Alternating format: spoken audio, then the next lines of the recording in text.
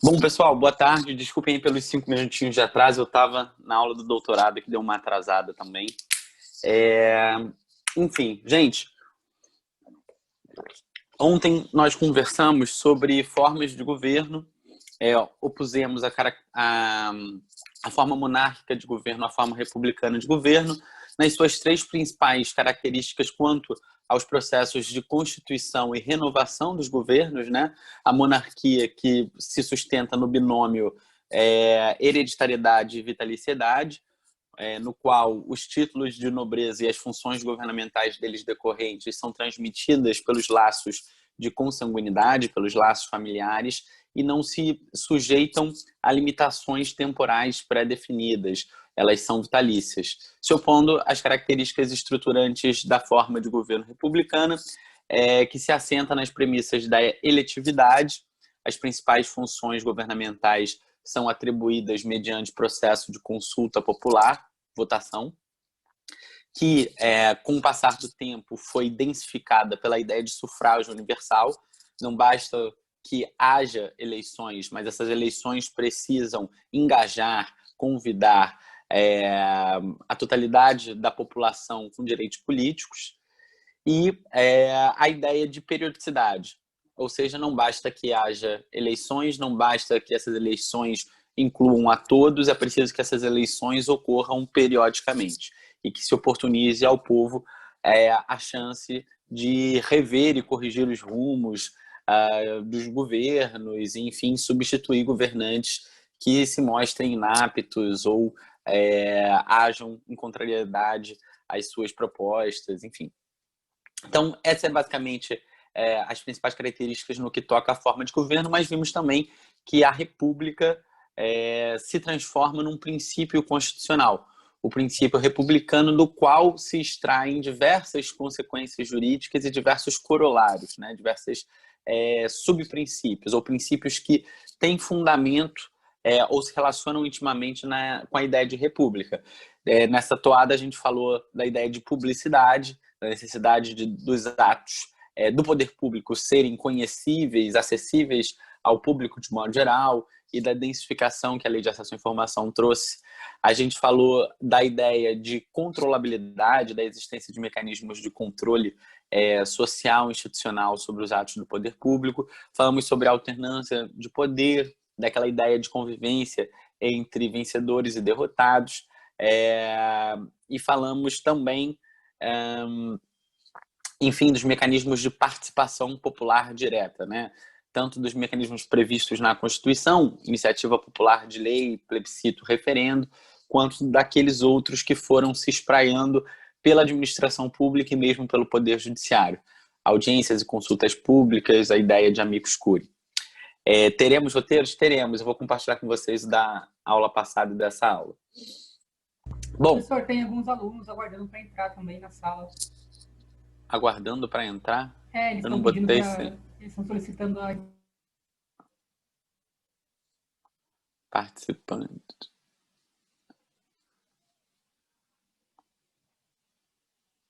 Gente, eu não sei como que se faz isso, porque tem 30 pessoas aqui e eu acho que todo mundo... Eu não aceitei ninguém, todo mundo entrou.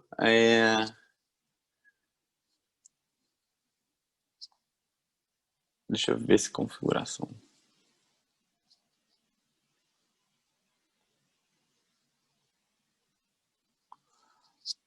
Bom, depois, se alguém tiver com algum problema específico, me avise, mas eu não tô também não estou vendo nenhum pedido de entrada, nem onde autorizar eventualmente a entrada de alguém. Era só entrar. Gente, qualquer coisa a gente corrige lá na frente, ou se alguém não conseguir participar, pode, enfim, acompanhar a aula depois. De repente sugiram isso de conferir se o link está correto. Mas aí, galera, a gente também deu, por fim, o último corolário que a gente trabalhou do princípio republicano foi aquela ideia de ética republicana, que se divide em dois componentes, a ideia de impessoalidade e a ideia de moralidade, né, que também são princípios regentes da administração pública, que vocês vão estudar lá em Direito Administrativo, então no artigo 37 da Constituição. A ideia de impessoalidade basicamente se traduz como a impossibilidade de utilizar o cargo público, as ações públicas para favorecer amigos ou perseguir inimigos, né? Então, um dos desdobramentos dessa ideia é, por exemplo, a vedação de nomeações nepotistas, alguém que usa o poder do cargo, entre os quais o de prover cargos em comissão, que são aqueles que não precisam ser preenchidos a partir de concurso público, para beneficiar um parente seu. Ou a ideia que a gente também exemplificou com uma hipótese de uma desapropriação de um inimigo político, que seria, né, a prática de um ato administrativo para desfavorecer ou prejudicar um desafeto. Bom, então a gente falou na aula passada sobre formas de governo, hoje a gente vai discutir sistemas de governo. Os sistemas de governo enfocam, sobretudo, a relação entre os poderes executivo e legislativo. São formas diferentes de organizar as interações entre esses dois poderes. O sistema de governo mais antigo que existe é o parlamentarista. No sistema de governo parlamentarista, a população vota diretamente apenas para os membros do parlamento, apenas para os deputados e senadores, aqui no caso do Brasil, né? Se a gente adotasse um sistema parlamentarista. E o poder executivo se forma por meio do parlamento e se forma do meio do parlamento. Então, vamos tentar explicar de outra forma. Cada cidadão eleitor vai lá na hora da eleição e escolhe votar no seu deputado, no seu parlamentar. Quando há a instalação de de uma nova legislatura, né, o início de um novo ano legislativo, de um novo mandato, aqueles parlamentares se reúnem e escolhem quem vão ser os membros do gabinete, que, de modo análogo, é como se fossem os ministérios, como se fossem os ministros. Inclusive, quem vai ser o primeiro-ministro. No parlamentarismo não existe, pelo menos não no modelo clássico, a figura do presidente. Existe a figura do primeiro-ministro, que responde pela chefia do poder executivo, pelas funções de chefia de governo. Aliás, na verdade, no parlamentarismo, há uma divisão menos clara, até porque o próprio executivo se forma do legislativo, entre esses dois poderes. Há uma indissociação bastante acentuada entre os poderes executivo e legislativo. Enfim, então, como característica principal, olhando no que toca à investidura, o parlamentarismo se distingue do presidencialismo porque no presidencialismo, como a gente vai ver, há uma votação direta para escolher o presidente da República. Você vota pessoalmente no presidente, é uma eleição majoritária, enquanto no parlamentarismo não. Vota-se nos membros do parlamento para que estes, indiretamente, escolham os membros do gabinete, inclusive o chefe do gabinete, o chefe do Poder Executivo, que é o primeiro-ministro. E o próprio processo de investidura do parlamentarismo já acaba tendo uma grandíssima diferença para o presidencialismo no que toca também ao processo de destituição. No presidencialismo, a investidura do presidente da República e dos demais chefes do Poder Executivo se dá para um mandato temporalmente pré-definido. É o povo que outorga a um dos candidatos àquele cargo o exercício da função presidencial por um período de tempo delimitado. No parlamentarismo, esse processo de investidura é feito por tempo indefinido, é feito sem prazo certo. O primeiro-ministro é primeiro-ministro enquanto for capaz de manter a confiança da maioria do parlamento. Não há nem prazo mínimo, nem prazo máximo. pode ser que um primeiro-ministro seja investido nessa função e, se 3 semanas depois do ato de investidura ele comete um grave deslize, dá uma declaração desastrosa, ou se descobre um escândalo, que não precisa ser um escândalo de corrupção, pode ser um escândalo moral, que ele, por exemplo, agrediu a sua esposa ou praticou um ato de racismo, ele pode ser destituído do cargo de primeiro-ministro, com a simples aprovação de uma moção de desconfiança pelo parlamento. Ou seja, basta que ele perca a adesão, o apoio da maioria dos parlamentares para que ele também perca o cargo. E isso ocorre com qualquer um dos membros do gabinete, que podem também ser destituídos pelas maiorias parlamentares. Aliás, uma coisa que eu não falei para vocês no que toca à investidura, é muito comum que o primeiro-ministro seja o líder do partido que obteve a maior quantidade de cadeiras no parlamento. É claro que em vários casos também há necessidade de se formar coalizões parlamentares. O que é isso? Poucos países têm uma tradição, como os Estados Unidos, de bipartidarismo, em que só há com representação no Congresso, ou pelo menos com representação relevante, 2 partidos, né? Como vocês sabem, nos Estados Unidos o poder oscila entre o Partido Republicano e o Partido Democrata. E aí é óbvio, se lá fosse um sistema parlamentarista, quem obtivesse o maior número de cadeiras, o partido que obtivesse o maior número de cadeiras indicaria o primeiro-ministro. Mas em países que têm um número mais elevado de países, é comum que você forme um bloco governamental composto por 2, 3 ou 4 partidos. É comum que nas democracias ocidentais haja um número entre 3 e 5 partidos relevantes. E, enfim, então, às vezes, com certa frequência, aliás, o bloco governamental não é formado por um partido só, mas por 2 ou 3 que se associam para formar uma maioria parlamentar. E também, nesse contexto, o maior entre os partidos membros, né, do bloco governista acaba indicando o primeiro-ministro, dividindo-se proporcionalmente as demais vagas do gabinete entre os demais partidos que compõem a coalizão governamental.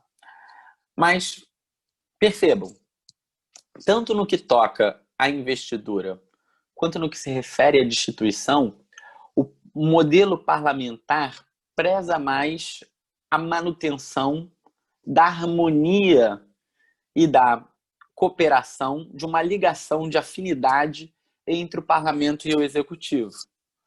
Por isso, por corresponder o próprio executivo a representantes da maioria parlamentar, acaba que não há muita dificuldade para o executivo aprovar os seus projetos.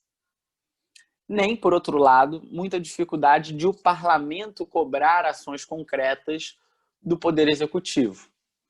E aí os poderes de fiscalização acabam sendo exercidos não pelo parlamento todo, mas pela minoria parlamentar.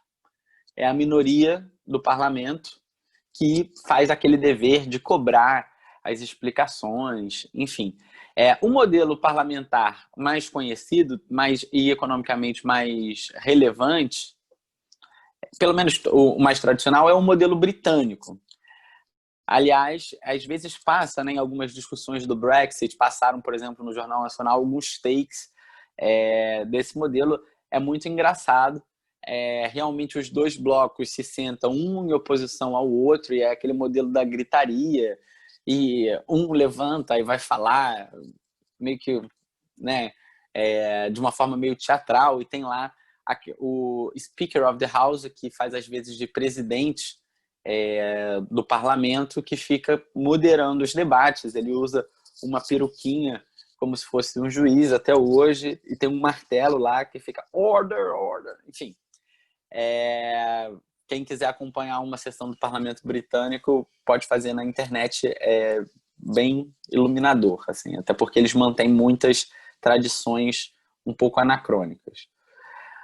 Mas, enfim, então, primeiro, o próprio processo de investidura garante que haja uma afinidade entre a maioria do parlamento e o gabinete liderado pelo primeiro-ministro.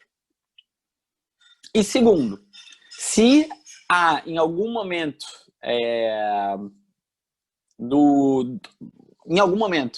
uma quebra nessa relação de afinidade, o que ocorre é a queda do primeiro-ministro ou do gabinete como um todo. Porque o parlamento pode, a qualquer tempo, por uma simples aprovação de uma moção de desconfiança pela maioria dos membros do parlamento, retirar o primeiro-ministro do cargo. O que é... Pode falar? Eu queria fazer uma pergunta sobre isso mesmo, aí para você não perder o raciocínio. Sobre a diferença entre a moção de desconfiança e o impeachment. Na sua perspectiva, você acredita que no Brasil está tendo uma banalização do impeachment e a gente está caminhando com um modelo mais parlamentarista, haja vista, porque a gente está adotando um impeachment quase como uma moção de desconfiança? E se você acha prudente a transição nesse mecanismo para o mecanismo de moção de desconfiança? Ótima sua pergunta, Luan. Eu vou chegar a ela, então deixa eu só acabar de expor algumas premissas aqui para todo mundo poder acompanhar de modo mais substancial essa sua questão. Bom, então, a gente pode até ler lá nos primeiros artigos da Constituição, né, que a gente tem 3 poderes independentes e harmônicos entre si. A gente pode ver, portanto, que o parlamentarismo foca mais na harmonia entre os poderes. É um modelo institucional de relação entre executivo e legislativo que privilegia que haja uma harmonia constante entre esses poderes, e quando essa harmonia se perde, isso leva mesmo à substituição, à alteração de um desses poderes. A gente vai ver também que em alguns modelos parlamentares é possível, quando não se consegue formar a coalizão parlamentar, a convocação de novas eleições diretas, para que haja uma renovação do parlamento pelo voto popular e assim se possa ter condições de formar um gabinete. Portanto, de todo lado que você olhe, tanto da investidura quanto da destituição do gabinete do primeiro-ministro pelas moções de desconfiança, até mesmo pela possibilidade de convocação de eleições gerais antecipadas para renovar um parlamento que se mostre incapaz de constituir um gabinete, você vê um modelo institucional flexível, fluido e que preza a harmonia, a boa relação entre os poderes executivo e legislativo. Do outro lado, a gente tem a construção do presidencialismo, que é uma construção histórica dos Estados Unidos da América e que, ao invés de prezar pela harmonia, preza pela independência entre executivo e legislativo. Preza por uma rígida independência entre esses 2 poderes. Se a gente olha para a investidura, o presidente da República não é investido no seu cargo pelo parlamento, mas sim diretamente pelo povo. E o povo outorga o mandato presidencial para exercício por prazo certo, por um tempo definido, né? No Brasil, a Constituição de 88 previu originalmente 5 anos, depois, numa reforma, foi reduzido para 4. Então, a gente sai das urnas, o presidente ganha um mandato de 4 anos, diretamente do povo. E ele só pode ser afastado do seu cargo, e agora eu chego na pergunta do Luan, de 2 formas. Ou pelo processo por crime de responsabilidade, que culmina no impeachment, ou por um processo criminal por crime comum associado ao exercício do cargo, que é de competência do Supremo Tribunal Federal, né? Então, vamos lá. Primeiro, o presidente sai das urnas com o direito de exercer um mandato temporalmente pré-definido. Então, ele deveria, né, enfim, ocupar a cadeira de presidente da República por 4 anos. Só saindo do cargo antes desse prazo, se ele morrer, né, obviamente, ou se ele renunciar ao cargo, e dessas 2 formas excepcionais no nosso modelo. Em vários modelos só existe a forma do impeachment, tá? Que é esse processo jurídico-político que o presidente é acusado por qualquer cidadão da prática de um crime de responsabilidade, que são aqueles definidos nos artigos 85 e 86 da Constituição e complementados pela Lei 1079 de 1950. Mas, nesse processo de crime de responsabilidade, o juiz da causa não é o Poder Judiciário, nem qualquer dos seus órgãos, mas sim o próprio Congresso Nacional, em duas etapas. Cabe primeiro à Câmara dos Deputados realizar um juízo de admissibilidade do processo de impeachment e é preciso que a admissibilidade do processo de impeachment seja aprovada, no nosso modelo, por 2/3 dos deputados federais. Antes disso, isso tem dado muita polêmica. Há um exercício de um juiz monocrático pelo presidente da casa, né, ou pelo presidente da Câmara dos Deputados, que é uma espécie de juízo de pré-admissibilidade, porque ele, na verdade, quem instaura a comissão processante do impeachment, que vai colher uma defesa prévia do presidente da República e discutir a conveniência ou não de se instaurar o processo de impeachment. Mas isso, a instauração ou não do processo é votada pelo plenário da casa. A gente até teve, vocês provavelmente se lembram, uma sessão assim, que foi um dos momentos de maior vergonha, né, que eu já tive, que foi presidida pelo deputado Eduardo Cunha, num domingo, porque ele também utilizou estrategicamente dos poderes da presidência para facilitar a aprovação do processo de impeachment, porque havia uma maior parte da população favorável à admissibilidade do processo. Naquela altura, a presidente Dilma Rousseff tinha menos de 10% da aprovação, então ele fez uma sessão televisionada no domingo, que teria manifestação de rua em frente à esplanada dos ministérios, enfim. E os deputados autorizaram, né? É um juízo autorizativo para que o Senado pudesse julgar.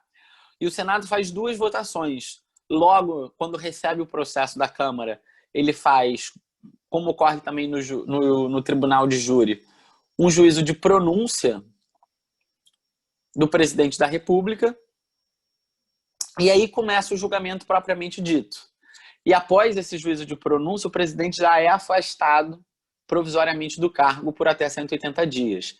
E aí o Senado tem 180 dias para concluir o julgamento do processo de impeachment em sessões que são presididas pelo presidente do Supremo Tribunal Federal, só para garantir que haja respeito ao direito de defesa do presidente da República e haja regularidade procedimental nessas sessões. Mas são os senadores que têm a última palavra pelo voto, também fazendo necessário que haja 2/3 de votos favoráveis para que o presidente seja afastado do seu cargo e perca os seus direitos políticos por 8 anos. Bom, o impeachment tem essa natureza híbrida. Por quê? Ele tem um pressuposto jurídico, que é o cometimento doloso, ou seja, proposital, de um ato definido como crime de responsabilidade. Tem que ser um ato tipificado lá naquelas categorias do impeachment, o que já é um problema, porque tanto a Constituição quanto a Lei 1079 de 50, que é uma lei muito antiga e que, na verdade, foi editada sob a ótica de uma Constituição, de uma outra Constituição, a Constituição de 46, que tinha outras premissas para o julgamento do crime de responsabilidade. Então, em vários pontos, a lei não dialoga com a nossa atual Constituição. Mas tanto a Constituição de 88 quanto a Lei 1079 de 50 tem uma textura muito aberta. Elas definem crimes de responsabilidade muito amplos, que dão margem a interpretações bastante elásticas. Por exemplo, há na previsão da Constituição proceder de modo incompatível com a dignidade e o decoro do cargo. Então, a rigor, qualquer fala não urbana, qualquer fala, como o presidente Bolsonaro fala todo dia, poderia justificar um processo de impeachment. Outras questões, proceder de modo, enfim, atentar contra a moralidade ou a ética da administração pública. Então, qualquer caso de desvio, o uso de um jatinho para uma função que não fosse oficial, que não fosse de interesse público, poderia configurar um motivo de impeachment. Bom, mas só para explicar para vocês, então, tem esse primeiro elemento do impeachment, um elemento jurídico. Teoricamente, os presidentes, assim como os governadores e os prefeitos, só poderiam ser afastados se cometerem um ato qualificado juridicamente como um crime de responsabilidade. Por outro lado, o juízo quanto ao cometimento desse crime de responsabilidade, bem como a gravidade do fato, se o fato foi grave bastante para justificar a interrupção de um mandato presidencial, é um juízo político. Por quê? Feito por um órgão político, por atores políticos que têm incentivos institucionais, sobretudo o incentivo de garantir ou encaminhar a sua própria reeleição, para proceder de modo eleitoralmente estratégico, proceder de modo a obter os maiores dividendos eleitorais. Então, há essa perplexidade no impeachment. Bom, o que vem acontecendo não só no Brasil, como em vários países da América Latina? Aliás, tem um livro, eu vou deixar indicado para vocês, porque eu estou me esquecendo o nome do autor agora, que narra esses 30 processos de destituição presidencial que vieram ocorrendo na América Latina desde a década de 80. E é muito bom, quem tiver interesse em se aprofundar sobre esse estudo, é um livro de ciência política, pode ler, eu estou tentando achar aqui, vamos ver se eu acho, mas basicamente aponta que é o seguinte: esses descompassos mais prolongados, essas crises políticas entre executivo e legislativo, eram resolvidos na América Latina até a década de 70 com base nas rupturas institucionais, nas quebras de regime, no golpe à moda antiga, no golpe com tanques nas ruas, com deposições de governos pelos generais. E a partir da década de 80, essas crises, esses desencontros persistentes entre poder executivo e poder legislativo, que acabam gerando, como foi o caso da Dilma Rousseff, na minha opinião.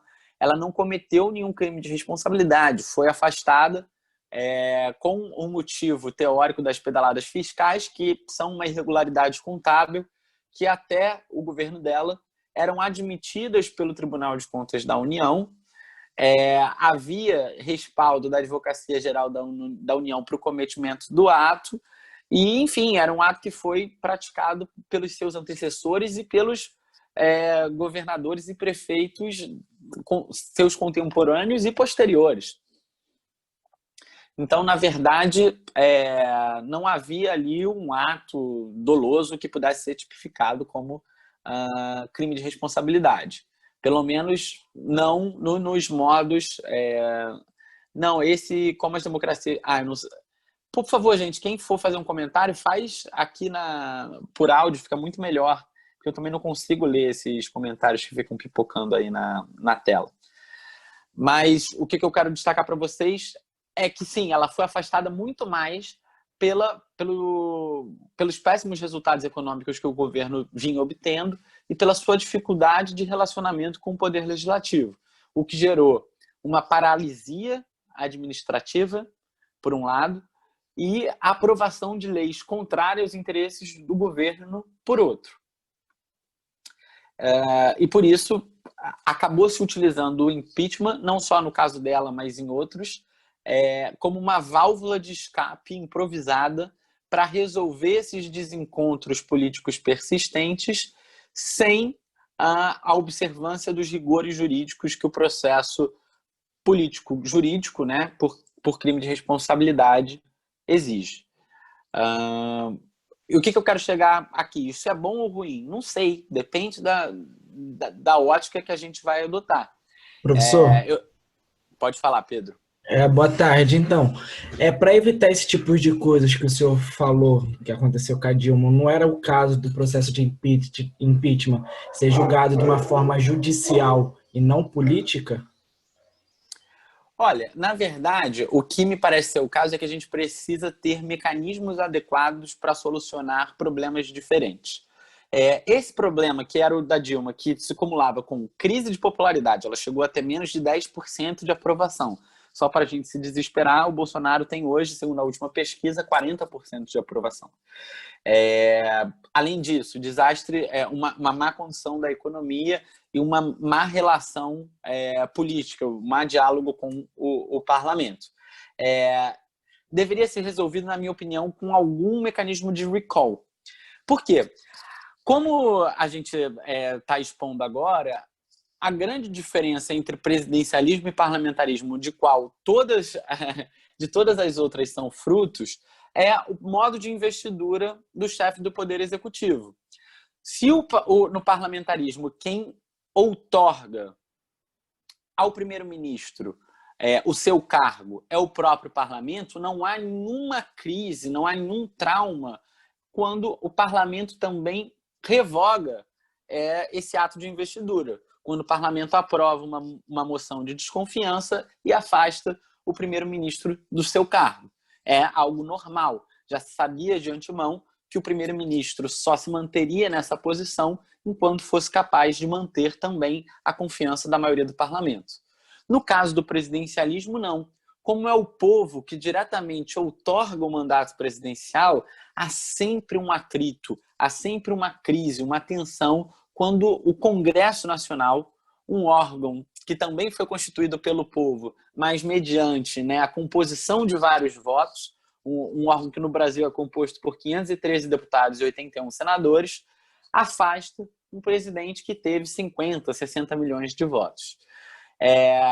Então, a gente deveria, na minha opinião, ter 3 mecanismos de afastamento do presidente da República.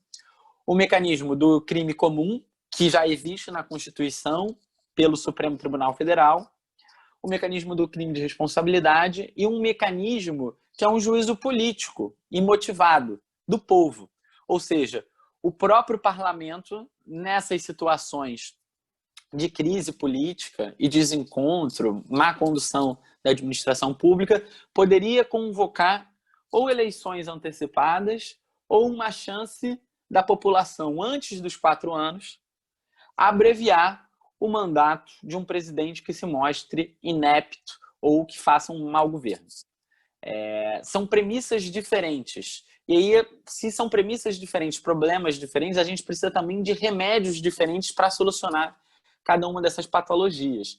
Por quê? Ficar utilizando o processo de impeachment como algo que ele não acaba gerando um desgaste das instituições democráticas e do próprio sistema. Porque sempre tem um lado que fica mordido, que fica descontente com o processo e com as instituições responsáveis por tocar. Algum lado sempre vai achar que é golpe e o outro lado sempre que vai achar que é justo, conforme tenha sido, enfim, o seu representante beneficiado ou prejudicado pela decisão. Porque, perceba, isso também quase aconteceu, não nessas últimas denúncias, mas com o prefeito Crivella, aqui no Rio de Janeiro. Ele que tinha, até um primeiro momento, uma base parlamentar de apoio fraca, sofreu um processo de impeachment por ter renovado alguns contratos administrativos de exploração do mobiliário urbano. Sabe aqueles sinais que tem em ponto de ônibus, tem também no metrô, que ficam passando propagandas? Aquilo são equipamentos públicos da prefeitura que há a alocação para empresas explorarem serviços de publicidade. Inclusive, a maioria deles fica escrito nesse contrato, fica escrito a marca da empresa que explora, que é a JCDecaux, uma empresa francesa.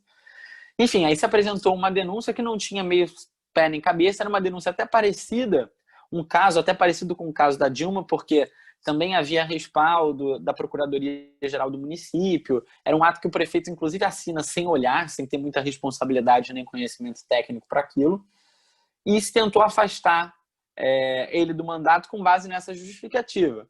E tanto no caso do Crivella como no caso da Dilma, quem votou favoravelmente à destituição nem se lembrava da acusação formal da qual o chefe do executivo era vítima.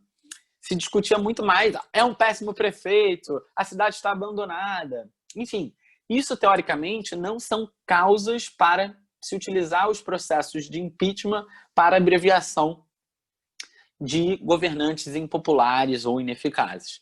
A gente precisaria, na verdade, encontrar esses mecanismos e ajustar as premissas. Porque, por exemplo, no recall, como a decisão final cabe ao próprio povo, não há muito essa crise de legitimidade do parlamento para desfazer uma decisão anterior que também foi tomada pelo próprio povo. É o povo mesmo revendo uma escolha passada. É muito mais fácil de ser associado. E aí deixaria o impeachment ou os processos criminais para o que eles de fato fossem crimes, ou crimes de responsabilidade, ou crimes comuns. E aí você teria um rigor maior em termos de prova, um rigor maior em termos da acusação para processar essas denúncias perante o Senado ou o Supremo Tribunal Federal, deixando para os outros casos de simples incompetência o mecanismo do recall, a decisão pela própria população. Tá respondido, Luan, a sua pergunta? Sim, professor. Eu não tinha pensado nisso mesmo. Outra coisa, permeando esse tema, que me é muito instigante, é sobre como o Estado e o direito, eles vivem, assim, a meu ver, uma crise de legitimidade atualmente, né? Não só no Brasil, mas também nos Estados Unidos. Você tem aí, o Felipe até falou no livro, Como as Democracias Morrem, e no sentido de a população hoje não tem mais uma aderência à Constituição. Há muito mais aquela pergunta de por que nós devemos obedecer uma Constituição formulada anteriormente à minha geração, há décadas atrás, ou no caso dos Estados Unidos, há séculos atrás. Eu vejo isso, eu queria saber como é que o Estado pode responder a isso, com as novas configurações sociais desse século. Enfim, essa pergunta essa questão sobre crise da democracia, crise do Estado, crise do direito, é algo que não está resolvido e eu não tenho proposta porque é uma pergunta complexa que não comporta uma resposta simples, né? Na verdade, tem várias propostas de soluções, sempre parciais. Também a gente precisa analisar contextos e problemas locais específicos para tentar ir reformando o sistema. A gente já vai falar daqui a pouquinho sobre traços do presidencialismo brasileiro e talvez problemas que possam ser parcialmente solucionados por uma reforma política, mas há outros componentes que não têm a ver com reformas nem do direito, nem do sistema político, nem do sistema de governo, nem do sistema eleitoral, e que tem a ver com questões mais sociais, econômico-sociais, de desigualdade, de acesso à educação, e outras questões que são mais de psicologia social, enfim, porque nem só resolvendo sistemas institucionais e melhorando condições socioeconômicas a gente dá conta de resolver problemas de ódio, problemas de preconceito, que estão em voga na sociedade atual também. Essa polarização que existe entre as pessoas, que decorre ou está associada ou potencializada também pela evolução muito rápida dos meios de comunicação, das redes sociais e dessa questão de algoritmo, da formação de câmaras de vácuo. E, enfim, esse é um problemão. Não tenho pretensão de solucionar ou de ter uma resposta definitiva para isso. Gente, só para quem quiser se aprofundar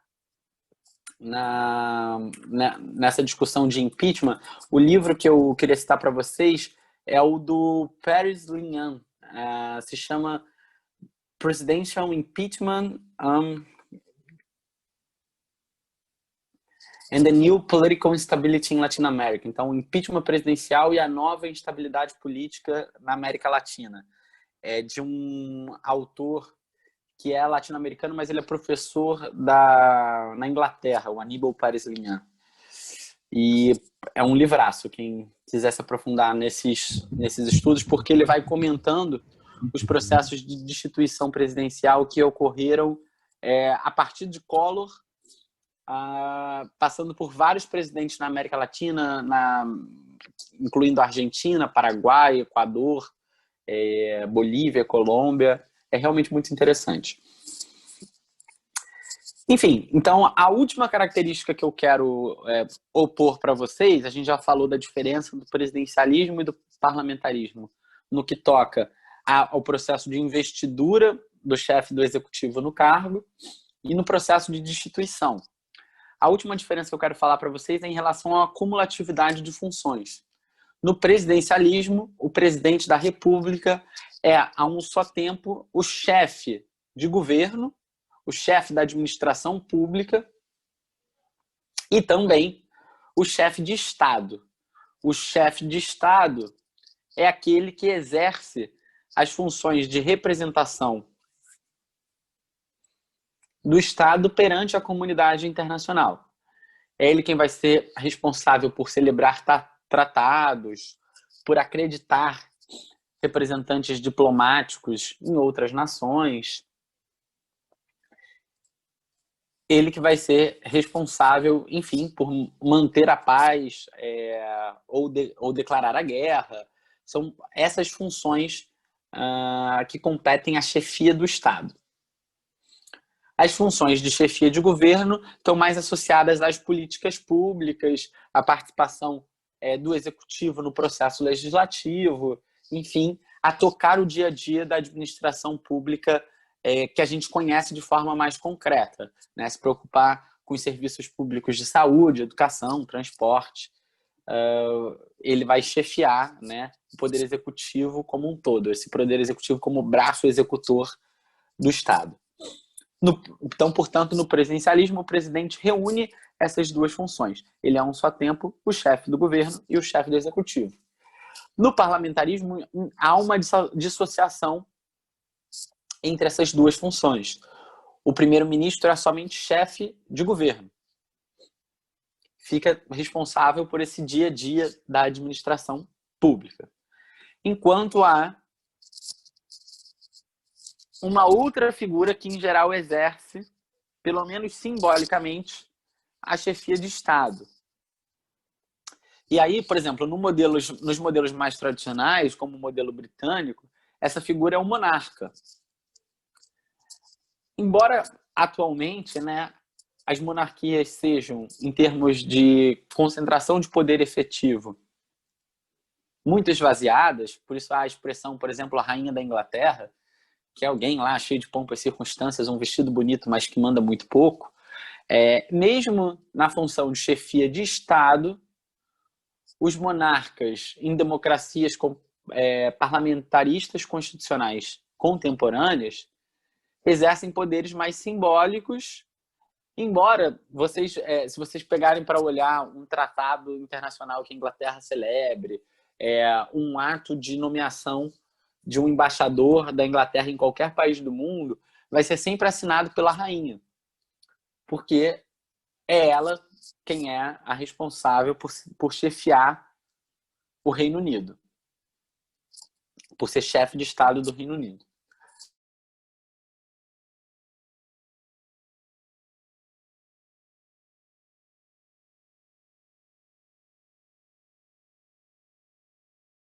A gente tem que ter cuidado, porque daqui a pouco a gente pode até falar agora, há um modelo híbrido entre o parlamentarismo e o presidencialismo, que é referido tanto por semipresidencialismo ou semiparlamentarismo, que foi uma construção histórica da França.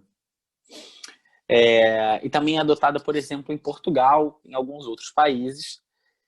E aí há a dissociação muito clara entre a chefia de Estado, que é exercida pelo presidente da República, com a chefia de governo, que é exercida pelo primeiro-ministro. Então, na França, por exemplo, se vota diretamente para presidente, mas os parlamentares eleitos diretamente pelo povo escolhem um primeiro-ministro, que fica responsável por esse dia a dia mais desgastante da administração pública. Ter que negociar orçamento, ter que implementar políticas públicas, ter que discutir leis com o parlamento.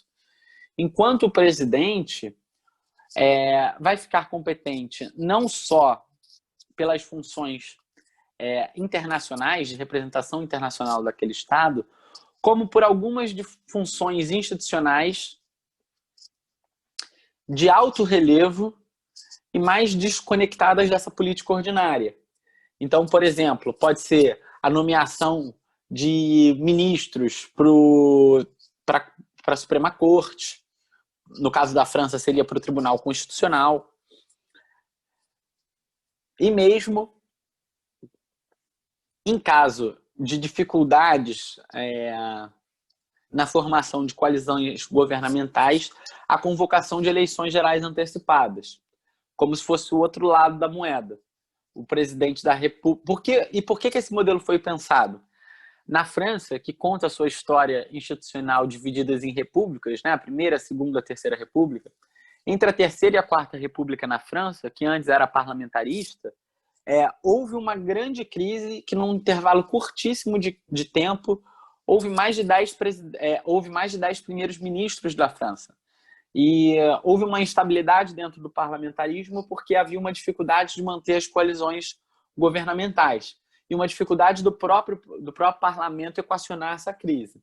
Então, eles optaram por caminhar por esse modelo híbrido que dava, a um só tempo, o poder do parlamento formal e executivo, mas que também, se o parlamento não se entendesse, ter uma autoridade independente, o presidente da República, que não fica em contato e, portanto, não sofre o desgaste da política cotidiana, esses atritos de ter que negociar orçamento, de ter que discutir a aprovação de políticas públicas com o parlamento. E, portanto, uma figura que toca as altas questões de política externa ou da política nacional em termos excepcionais. Então, esse modelo híbrido na França, esse modelo híbrido que foi pensado primeiro na França, muita gente defende a adoção no Brasil. Né? Até porque, historicamente, para vocês entenderem, a gente, né, surge, pelo menos assim, na nossa primeira ótica constitucional, nós éramos o império monárquico. Quando há a transição para a república, viramos de cara uma república presidencialista. Lembrem que naquele momento a gente estava copiando tudo dos Estados Unidos, até o nome, Estados Unidos do Brasil. Então, lá em 1889, que foi a proclamação da República, depois consolidada pela Constituição de 1891, adotamos um sistema presidencialista que veio sendo replicado em todas as nossas constituições, salvo num curto momento, que talvez vocês se lembrem das aulas de histórias, porque depois daquela crise aberta pela renúncia do Jânio Quadros, em 1961, houve uma crise da sucessão, né? Porque o vice-presidente, naquela época, na Constituição de 46, se votava independentemente para presidente e vice-presidente. Havia candidatos a presidente da República e candidatos a vice-presidente da República, e, em alguns casos, se elegiam presidente da República de partidos diferentes, mesmo de partidos antagônicos ao partido do vice. E foi justamente o que aconteceu na eleição que sucedeu o governo de Juscelino Kubitschek. O Jânio Quadros era de um partido de direita, que se chamava PSL, inclusive, fez uma campanha contra a corrupção, que o símbolo era a vassourinha, varre, varre, Jânio. Ele era bem estranho, tinha uns óculos assim, meio doido. E quem foi eleito vice-presidente era o líder do PTB, o João Goulart, que foi ministro do Trabalho na época do Vargas e era uma figura ligada ao trabalhismo, né, ao sindicalismo brasileiro. E quando o Jânio, alegando a perseguição de forças ocultas, renuncia em 61, João Goulart está em missão diplomática na China, de Mao Tse-tung, né, que parece que é de outro século, mas não, estava lá ainda. E os militares ficam desesperados. Agora a gente vai entregar a presidência da República a um comunista. Não pode, ele é tão comunista que está lá na China conversando com Mao Tse-tung. E aí começa uma movimentação liderada pelo Brizola, de um lado, através da campanha da legalidade, que era governador nessa época do Rio Grande do Sul, né? O Brizola foi a única pessoa que governou 2 estados diferentes, o estado do Rio Grande do Sul e o estado do Rio de Janeiro depois.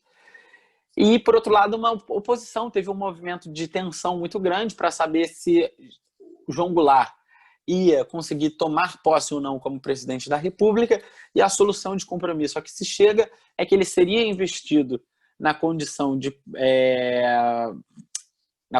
presidente da República, mas haveria a adoção de um regime semi-parlamentar com a convocação de um plebiscito para que a população decidisse depois sobre o sistema de governo. Então a gente teve 9 meses de um parlamentarismo nos primeiros meses de presidência de João Goulart, que depois foi revisto pela população que preferiu o sistema presidencialista. E aí o final dessa história específica todos sabem. Jânio presidente, começa a tensionar algumas reformas de base, e isso é o contexto que gera o golpe de 1964.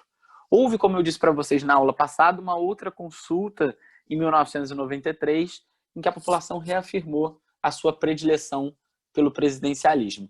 Há, inclusive, em direito constitucional, em teoria de direito constitucional, posições divergentes sobre se seria possível, por PEC, por uma proposta de emenda à Constituição, modificar o nosso sistema de governo se já houve uma consulta diretamente à população que preferiu pelo presidencialismo.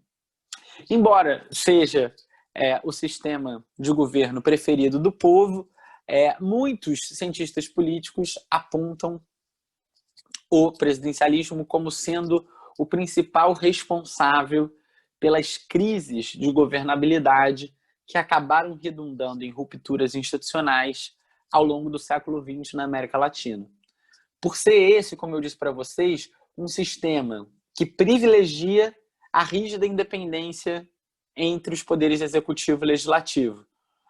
Um sistema no qual o mandato do presidente não depende, em regra, da concordância ou da aprovação do parlamento. Mas que, no entanto, o presidente da República, para poder governar, precisa aprovar leis, precisa aprovar o orçamento, ele precisa dialogar e ter apoio do parlamento para que ele consiga gerir, para que ele consiga promover um bom governo. Na verdade, para que ele consiga promover qualquer governo. Se ele tiver minoria no parlamento, nenhuma proposta do seu programa de governo que saiu vencedor nas urnas poderá ser implementada. E mais, ainda pode ser aprovadas leis que o desagradem ou que dificultem a implementação das suas propostas. Então, dessa contradição, só para concluir o raciocínio, dessa contradição entre rígida independência entre executivo e legislativo, por outro lado, necessidade de diálogo e de, enfim, obtenção de maiorias, de apoio, né, das maiorias pelo executivo dentro do parlamento para que o governo seja possível, é que geram as crises de governabilidade. Se o presidente perde o apoio da maioria do parlamento, ele se mantém no cargo, mas não consegue governar. Esse cenário de tensões institucionais vão criando atritos, e se não tem como resolver, como acontecia no século XX, ruptura, golpe, como tem acontecido a partir da década de 80, impeachment, ainda que não tenha base jurídica. Quem tem uma pergunta? Então, você acha que o governo de coalizão ele é muito mais provável no caso do presidencialismo, porque, tipo, eu fico pensando também que no caso do parlamentarismo, esse primeiro-ministro, ele tem muito mais medo de sair, tipo, rapidamente, não conseguir exercer sua influência no governo, né? Então, eu fico pensando, mas é muito provável também que ele faça coalizões, trocas de favores, para ele conseguir, pelo menos, ficar um pouco mais de tempo, sabe? Vamos lá, a sua pergunta é muito boa. Eu vou aproveitar para, antes de respondê-la, introduzir o tópico do presidencialismo brasileiro, para a gente entender algumas características do presidencialismo brasileiro que costumam ser divididas com dois títulos. E um deles é justamente presidencialismo de coalizão. Mas antes de falar do presidencialismo de coalizão, eu vou falar de uma outra característica que costuma ser apontada para o presidencialismo brasileiro, que é a do hiperpresidencialismo ou do presidencialismo imperial. O que é isso? É que justamente temendo essas crises de governabilidade que foram tão frequentes no século XX, e só para vocês terem o registro, gente, a nossa última Constituição democrática antes de 88 foi a Constituição de 1946, editada por uma Assembleia Nacional Constituinte muito interessante. Inclusive, Jorge Amado participava da Assembleia Nacional Constituinte pelo Partido Comunista Brasileiro. Tinha uma bancada de escritores. Enfim, essa Constituição dividia bastante os poderes entre legislativo e executivo, de modo que apostava numa intensa separação de poderes, só que essa separação era tão intensa que não havia meios de resolver esses desencontros dentro da própria Constituição. Então, em 88, o Constituinte optou por favorecer o presidente da República e conceder, sobretudo em relação ao processo legislativo, poderes exorbitantes ao presidente. Então, o presidente da República no nosso sistema tem algumas matérias que estão elencadas lá no artigo 61, parágrafo 1º da Constituição, sobre as quais somente o presidente da República pode propor um projeto de lei. A gente chama isso de reserva de iniciativa. Vocês vão estudar em Direito Constitucional 3. Em outros casos, o presidente da República pode, com base no artigo 62 da Constituição, editar medidas provisórias.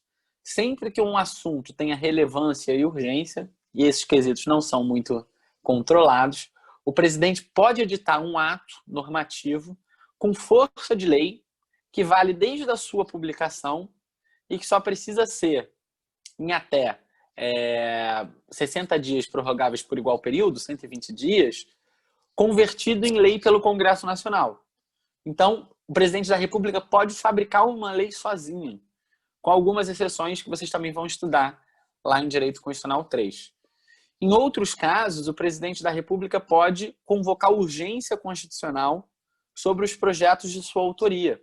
Ou seja, além de poder propor leis sobre praticamente qualquer assunto e ter alguns assuntos sobre qual apenas o presidente da República pode propor leis, ele pode também obrigar o parlamento a deliberar sobre a proposta que ele enviou para casa. De modo que, enfim, nem mesmo um parlamentar conta com isso, né? Com esses regimes de urgência, né? A não ser que haja o apoio da maioria absoluta do parlamento. Ou seja, o presidente da República tem, no sistema constitucional brasileiro de 88, vários poderes de intervenção sobre o legislativo. E alguns sobre o Poder Judiciário também, porque é ele quem aponta, né, os integrantes das Cortes Superiores e dos Tribunais Regionais Federais, por exemplo. De modo que, enfim, ele tem em si a concentração de poderes relevantes sobre as atividades de outros poderes. E isso é um dado importante para a compreensão do nosso sistema presidencial. Mas aqui, e aí, quem fez a pergunta, teria o nome, mas que foi sobre uma pergunta sobre coalizão. Deixa eu contar para vocês de um cientista político muito relevante chamado Sérgio Abrantes, que foi quem criou esse termo ainda antes da aprovação da Constituição de 88. Ele escreve, né, em paralelo com a Constituinte, um artigo analisando o desenho que a Constituinte estava propondo e que se chamava presidencialismo de coalizão. E por que ele cunhou esse termo? Ele olhou, primeiro, para o sistema de governo presidencial. Segundo, para o sistema eleitoral proporcional, que é um sistema que facilita a existência de pluralidade no parlamento. Por quê?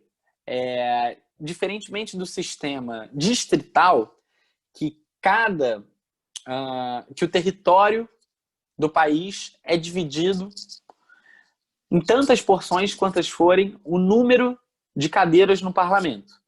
Então, nossa Câmara dos Deputados, por exemplo, que tem 513 integrantes, o Brasil seria dividido de acordo com a população em 513 quadradinhos. De modo que, em cada quadradinho, as pessoas se alistariam como candidatos a representar aquele distrito e cada quadradinho, cada distrito, elegeria apenas um representante. O sistema distrital é, por exemplo, adotado nos Estados Unidos. Por isso, lá se favorece o bipartidarismo, porque tem 2 grandes partidos com condições reais de disputa e fica difícil para outros partidos romperem esse ciclo. Porque, imagina, um partido minoritário, como é, por exemplo, um PSOL, a Rede, o PSB, o PV, o PPS, que agora se chama Cidadania, eles conseguem eleger um ou outro deputado tendo 3, 4, 5% dos votos nacionais. Mas acaba que eles, em nenhum distrito, ou praticamente nenhum distrito, conseguiriam ter 50% mais um dos votos. No sistema distrital de eleição para o parlamento, é a lógica majoritária que impera já para o executivo, e no Brasil também para o Senado, que define quem é o vencedor, porque se divide o território e cada distrito elege apenas um deputado. O sistema proporcional, não. Você tem, e no Brasil a eleição ocorre por estado, né? Você tem a definição de quantos deputados federais cada estado elege. São Paulo elege 70 deputados federais, o Rio de Janeiro 46, por exemplo. E você faz uma lista. Então você tem um quociente eleitoral, cada partido que conquista aquele número de votos ganha uma cadeira no parlamento. Então, se são 70 cadeiras que a de deputado federal que São Paulo elege, é muito mais fácil para partidos minoritários conquistarem pelo menos uma daquelas cadeiras. E assim o parlamento acaba sendo composto por diferentes partidos. No Brasil, esse quadro da pluralidade de partidos e da pluralidade, portanto, de partidos com representação no Congresso Nacional é agravado por um cenário de profunda fragmentação partidária. A gente tem 35 partidos, ou pelo menos um número ao redor disso, porque esses números vivem mudando, registrados no Tribunal Superior Eleitoral, e, na última vez que vi, 29 com representação no Congresso Nacional. Bom, é difícil pensar num sistema de governo, qualquer que seja ele, que dê certo com tanto partido. Até porque isso já revela um problema grande do nosso sistema partidário, porque não existem 29 ideologias que possam ser divididas em diferentes siglas e, portanto, justificar a existência de tantos partidos. Essa quantidade tão absurda, e além desses que já existem, há 75, da última vez que vi também, partidos em processo de constituição. Inclusive do presidente, né, que é esse partido chamado Aliança pelo Brasil, com um símbolo feito de projéteis, né, de balas de fuzil, enfim, muito apropriado, que também está em processo de constituição perante o Tribunal Superior Eleitoral. Então, as pessoas que propõem criar um sistema parlamentarista no Brasil também não daria certo, porque a gente primeiro precisaria de reformar o nosso sistema eleitoral e o nosso sistema partidário. Mas no sistema que temos, que é o presidencialismo, ele acaba impondo ao presidente da República a necessidade de formar amplas coalizões para que ele consiga governar. E essas coalizões, como os partidos acabam tendo poucos deputados, em termos absolutos, né? Hoje em dia, de 513, o partido com maior número de deputados federais, que é o PT, tem 50 e poucos deputados, 53, salvo engano, 10% da Câmara dos Deputados, e aí tem muitos partidos com 30, com 20, com 10, com 5, com 2, com 1. Você acaba tendo que criar um arco de sustentação parlamentar do seu governo que vai abranger, no caso da Dilma, chegou a abranger mais de 20 partidos. A Dilma disputou a eleição com mais de 20 partidos, o que dava um tempo de TV muito elevado, e conseguiu sofrer um impeachment, tendo essa quantidade de partidos, pelo menos no início do seu mandato, na sua base de sustentação parlamentar. Isso é só um registro histórico. Mas o que eu quero destacar para vocês é que, às vezes, a gente associa presidencialismo de coalizão necessariamente com corrupção e com essas práticas clientelistas, patrimonialistas, que a gente discutiu. Por exemplo, o loteamento de ministérios e de cargos de segundo e terceiro escalão para indicados de partidos políticos. Então, para um partido X, tipo o PTD do Roberto Jefferson, ou o PP, enfim, do Maluf, entrar na coalizão governamental, ele cobra, primeiro, a liberação de emendas parlamentares ao orçamento, para que aqueles deputados da base do governo possam levar obras, a construção de uma praça, a construção de uma via pública para o seu reduto eleitoral, né, para o local de onde ele se elege, e também cobram a indicação de representantes aliados seus a cargos no governo, e as indicações mais relevantes são cargos que administram recursos. Tanto nessa lógica de você poder favorecer as localidades que elegem aqueles deputados da coalizão governamental, quanto também para expedientes de corrupção. E corrupção tanto privada, para enriquecimento ilícito daquelas pessoas, quanto da corrupção na perspectiva de alimentar um projeto político. A corrupção que se vira caixa 2 para as próximas eleições. Isso ainda é, gente, agravado por uma coisa que eu chamaria de presidencialismo de macrocoalizões. Porque uma outra característica do nosso sistema constitucional é termos uma Constituição muito abrangente, que se divide em 250 artigos, incontáveis parágrafos e incisos, e que trata de tudo.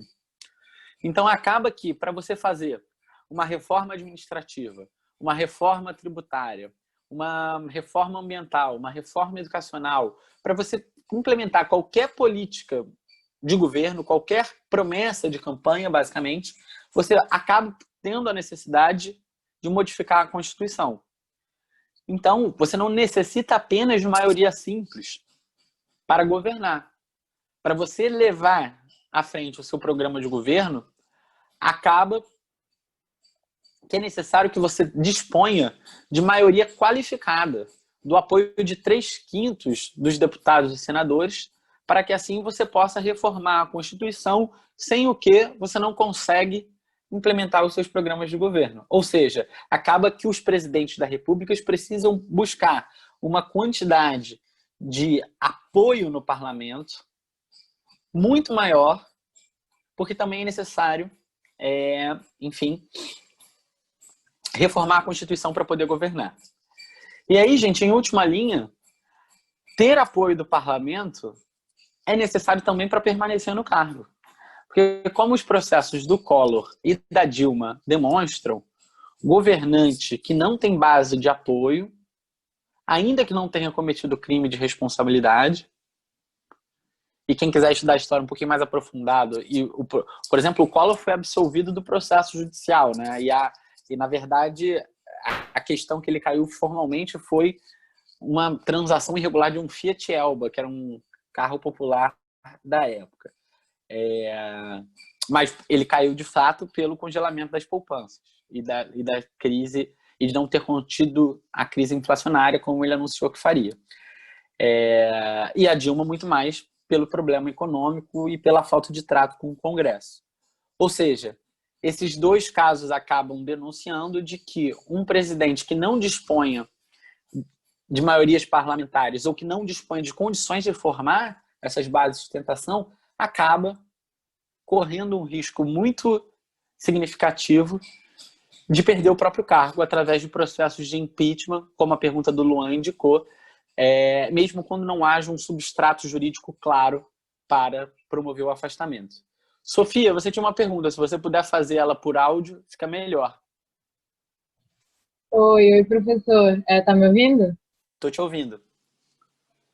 Então, eu queria saber mais sobre a influência dos grupos de pressão, especificamente no presidencialismo de coalizão, e como é que a gente pode pensar a trajetória histórica deles, tanto no Brasil como na América Latina, e como isso vem se agravando nesses processos recentes. Beleza, Sofia. Você está perguntando dos grupos de pressão que atuam fora do parlamento ou das bancadas temáticas que também, por vezes, são denominadas dessa forma? Eu estava, assim, me referindo sobretudo aos lobistas e tudo, mas a gente também pode pensar nas bancadas. Acho que dá para fazer um paralelo com as duas coisas, né? Beleza. Bom, a Operação Lava Jato, com todos os problemas e críticas que ela possibilita e merece, mostrou que existia um sistema de articulação que a gente não pode nem chamar de grupo de pressão, né? Porque o grupo de pressão e o próprio lobby, o próprio advocacy, existe até como um postulado do princípio republicano, que é aquele das pessoas poderem participar da política e dos processos de deliberação pública. É claro que vai haver uma maior facilidade por conta da grana de setores empresariais, industriais ou setores de privilégio, né, se organizarem e terem pessoas dedicadas profissionalmente para representar e defender os seus interesses, tanto perante o parlamento, quanto perante as agências reguladoras e mesmo perante o Poder Judiciário, contratando tanto advogados, como em alguns casos, isso é muito comum também, sobretudo em Tribunal Superior, contratando advogados lobistas, que são, em geral, filhos, cônjuges, ou pessoas que têm sobrenomes ou que foram ministros do Superior Tribunal de Justiça ou mesmo do Supremo Tribunal Federal. Então, são esses dois componentes. Primeiro, pressionar e participar dos processos deliberativos públicos, seja no parlamento, seja no executivo, seja no judiciário, é algo natural, é algo da democracia, é algo republicano. Embora a gente tenha crítica. É muito mais fácil, sobretudo num país como o Brasil, que tem uma tradição associativa muito precária, a gente tem poucos movimentos organizados da sociedade civil fazendo esse papel que os grupos, né, mais privilegiados da sociedade exercem bem. E a gente poderia ter, né? É muito fraca no Brasil, por exemplo, a tradição de advocacia de interesse público. Grupos que buscam financiamento coletivo, financiamentos mesmo de associações, financiamentos internacionais, para se dedicar à defesa de interesses de pessoas vulneráveis, defesa dos direitos humanos. Grupos que fazem esse trabalho no Congresso Nacional perante a administração pública. Quando você está, por exemplo, discutindo uma questão de regulação do setor elétrico, uma questão tarifária, a presença de representantes das empresas de energia será muito mais certa e muito mais consistente e profissional do que os representantes dos consumidores. Então, às vezes, a gente tem uma outra associação consumerista que vai lá e se manifesta. Bom, então, enfim, esses grupos de interesse sempre atuaram, o que mostra, e aí para voltar ao raciocínio, a Operação Lava Jato demonstra que grupos empresariais, sobretudo da elite empresarial do sistema bancário e de empreiteiras, atuavam totalmente fora das regras e das limitações democráticas. E numa coisa que existia antes e que o Supremo tentou bem intencionado resolver, e não sei se vai resolver, que era do financiamento empresarial de campanhas. Porque isso era um problema muito distorsivo, de você ter uma empreiteira que doava oficialmente 2 milhões para um candidato, esse candidato se elegia e depois aquela empreiteira ganhava 200 milhões de reais em contratos com o Estado que fosse ser governado por aquele candidato que ela tivesse apoiado. É um problema, né, republicano, moral, democrático muito grave. Mas a gente viu que muitos desses financiamentos não eram nem declarados, eram por poderosos sistemas de Caixa 2. E Caixa 2, como não é declarado, não é regular, pode continuar acontecendo, independentemente de se haver proibido doações empresariais ou não. Até porque as doações de pessoa física continuam valendo e continuam valendo com uma limitação quantitativa baseada na renda que a pessoa obteve no exercício financeiro anterior. Então, cada pessoa pode doar 10% do que ganhou no ano passado, só que 10% do que um bilionário ganhou é dinheiro pra caramba, 10% do que uma pessoa mais simples ganhou é muito pouco. E, às vezes, só uma informação aleatória também, várias pessoas doam tempo de serviço. Isso tem que ser quantificado em valor, ainda que a pessoa tenha doado, para fins de prestação de conta eleitoral. Então, em candidaturas de partidos mais orgânicos, em geral de esquerda, né, que tem pessoas que fazem esse tipo de militância, inclusive de campanha eleitoral de graça, pessoas tiveram vários problemas com órgãos da Justiça Eleitoral, porque assinaram essa declaração de doando tantos reais como o tempo do seu próprio serviço, né? E depois isso acabava não ficando no limite das campanhas eleitorais, porque elas não tinham renda comprovada no ano anterior. Então, enfim, ainda temos essas distorções, mas a gente tem mais do que isso, uma captura sistêmica através da força da grana, por doações lícitas ou ilícitas, de candidatos e futuramente membros do Poder Executivo e Legislativo por empresas e consórcios empresariais. Em paralelo, a gente tem, pelo menos no plano discursivo, o Bolsonaro tentou romper com a lógica da coalizão. Porque, só para vocês entenderem um pouquinho melhor, quando eu falei de presidencialismo de coalizão e eu falei que a gente tinha muitos partidos e que era preciso juntar, porque esses partidos, embora muitos, cada um deles individualmente tem relativamente poucos deputados e senadores, é preciso juntar muitos partidos para que o governo conte com uma base forte. E assim, além de ficar a salvo de processos de impeachment, possa aprovar seus projetos, possa aprovar o orçamento e mesmo reformas da Constituição necessárias à implementação do seu plano de governo. Tá. Só que como esse apoio, a regimentação desses apoiadores é feita não com base no convencimento programático, na persuasão ideológica de que isso vai ser o melhor governo, as melhores leis, as melhores políticas públicas para o país, e sim com base nesses expedientes fisiológicos da troca de verbas no orçamento, de cargos na administração pública, acaba que os parlamentares da base governista têm que aderir às cegas, acriticamente, têm que aderir incondicionalmente ao apoio do governo. De modo que rompe-se com o papel do parlamento, que tem duas funções típicas, a de legislar e a de fiscalizar o executivo. E se aproxima de uma lógica que é a lógica do parlamentarismo, onde o papel de fiscalização fica a cargo somente da minoria parlamentar e não da maioria. A maioria se demite e acaba obstruindo as iniciativas fiscalizatórias da minoria parlamentar em todos esses governos que obtiveram amplas coalizões de apoio. Os governos do FHC, os dois governos do Lula, o primeiro governo da Dilma. Tanto que esses governos, muito raramente, em casos isolados, sofreram a instauração de comissões parlamentares de inquérito. Eles tinham maiorias tão grandes que acabava que essas agendas fiscalizatórias do parlamento ficavam adormecidas. Não só essa, né? Tantas outras, convocação de ministro, requerimento de informações, enfim,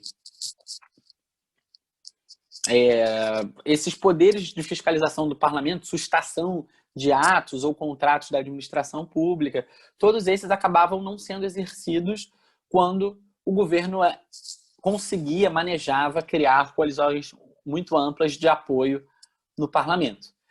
O Bolsonaro, num primeiro momento, rompeu com essa lógica. Ele quis, primeiro, buscar apoio projeto por projeto e buscar apoio não com os partidos e nem apoios perenes, apoios de longo prazo. Ele quis negociar com as bancadas temáticas, as bancadas evangélicas, a bancada da bala, né? A bancada BBB que a gente chama, a bancada da Bíblia, a bancada da bala e a bancada do boi. Agronegócio, bancada evangélica e bancada armamentista. Tentando criar uma outra lógica de negociação com o parlamento. Lógico que não deu certo. Vários projetos, medidas provisórias do governo acabaram sendo derrubadas pelo parlamento, que acabou também editando alguns atos desses que eu falei para vocês que estavam adormecidos.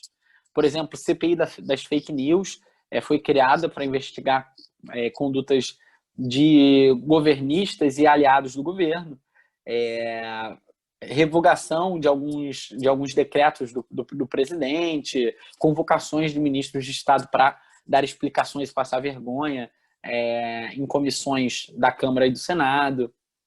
Enfim, mesmo a imposição de uma derrota na nomeação do Eduardo Bolsonaro, que acabou nem sendo apresentada depois de ter sido anunciada por meses ao Senado Federal, porque o indicativo era claro de que ela seria derrubada pelos senadores. Então, acabou que esse distanciamento, pelo menos no primeiro momento, tá, entre o Bolsonaro e o parlamento, possibilitou que o parlamento recuperasse um pouco o protagonismo dos seus mecanismos de fiscalização que estavam adormecidos. E aí começou a ter, no início da pandemia, tanto pela crise sanitária quanto pela crise econômica, ainda antes do auxílio emergencial, e aí também, no contexto daquelas denúncias do Sérgio Moro, voltou-se a ver no noticiário, nas rodas políticas de Brasília, a palavra impeachment. Essa palavra acendeu uma luz vermelha no Planalto, que passou a recorrer aos expedientes de sempre para formar sua base de apoio, procurando os partidos fisiológicos do Centrão, PP, PTB e por aí vai, distribuindo cargos, inclusive para pessoas condenadas, Fundo de Desenvolvimento da Educação, FDE, Banco do Nordeste, Banco do Brasil, Caixa, para, enfim, comprar a adesão desses partidos e, enfim, eliminar o risco do impeachment e conseguir aprovar projetos de interesse do governo. Então, a gente está vendo um retorno, ainda que o governo às vezes insista numa retórica de nova política, aos expedientes da velha política que tanto se criticou. E tem dado certo para o governo, né? Enfim, gente, já deu a hora aqui da nossa aula. Alguém tem alguma dúvida? Bom, então essa foi mais uma aula depressiva. Eu espero que, como hoje é sexta-feira, vocês consigam fazer outras coisas para ficarem mais animados e a gente se vê na semana que vem. Um abraço a todos. Professor, Pode então, falar, dá tempo. eu gostei muito dessa aula, só que eu achei que tem muita informação. Aí eu vou precisar assistir de novo para anotar direitinho, fazer a transcrição. Aí, não esquece de postar não, viu? Beleza. Um abraço. Obrigada, viu? Até mais. Um bom final de semana a todos.